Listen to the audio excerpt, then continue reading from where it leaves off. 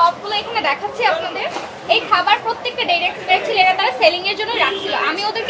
আমরা যখন ওদেরকে ধরেছিলাম 3 দিন আগেও বলে গিয়ে হয়েছিল না যে এইগুলো আপনারা রাখবেন না, ফালাই দিবেন।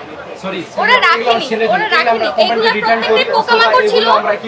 আপনারা বলেছিলেন রিটার্ন করবেন, ঠিক আছে রিটার্ন করবেন, আপনারা তো রিটার্ন করেন নাই। আপনারা তো এগুলো ফালাই দিচ্ছেন, প্লাস দোকানটা বন্ধ করে দিতে চেয়েছিলেন। আর আপনি এইভাবে তো রাখতে পারবেন না, আপনার ঢাকনা বদ্ধ ডাস্টবিনে রাখতে হবে। আপনি তড়িঘড়ি করে ফেলে এইভাবে রেখেছেন। সবগুলোর মধ্যে পোকামাকড় ছিল, প্লাস খুবই আনহাইজেনিক ছিল। আর এই কেকে রংগুলো ব্যবহার করেছেন, রংগুলো একটু দেখাবেন আমাকে, যে রংগুলো ব্যবহার করেছেন।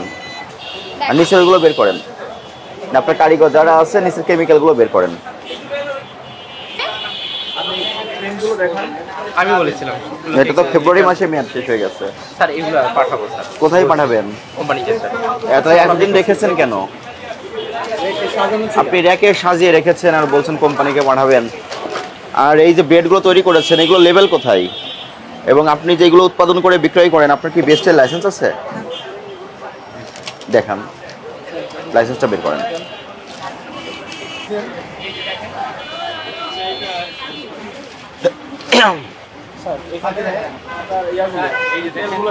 এগুলো কোনো স্বাস্থ্যকর পরিবেশ? নিচে এগুলো কি জমা রয়েছে, এগুলো কেউ বলতে পারে? নোংরা তেল ব্যবহার করেন। নোংরা তেল, এগুলো কতদিন আগের, এটাও তো কোনো ইয়া নেই। এগুলো মানুষকে আপনারা কিভাবে খাওয়ান?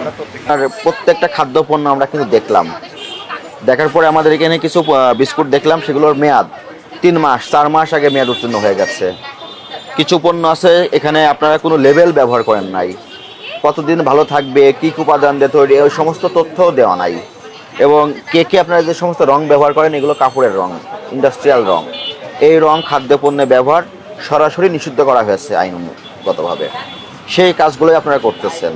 এবং আপনারা যে বেকারি পণ্য উৎপাদন করেন, এই একটা পণ্যেরও আপনার উৎপাদনের অনুমোদন নেওয়া নাই বিএসটিআই থেকে, অবৈধ প্রক্রিয়া উৎপাদন করতেছেন।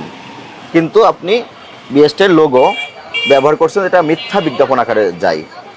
এবং এই যে সমস্ত অপরাধগুলো, এই অপরাধগুলো আপনি স্বীকার করেন। এই অপরাধে আপনাদেরকে ভোক্তা অধিকার সংরক্ষণ আইন অনুসারে 20,000 টাকা জরিমানা আরোপ করা হলো। এবং আপনার এই কারখানা একদিন বন্ধ রেখে সমস্ত কারখানা পরিষ্কার পরিচ্ছন্ন করে যে খাদ্য রিলেটেড যে আইনগুলো আছে, বিশুদ্ধ খাবার কীভাবে কাস্টমারদের কাছে দেওয়া যায়, সেই দৃষ্টিতে এই কারখানা পরিষ্কার পরিচ্ছন্ন করে সেইভাবে অনুমোদিতভাবে আইনগতভাবে উৎপাদন করে তারপরে বিপণন করবেন। ঠিক আছে?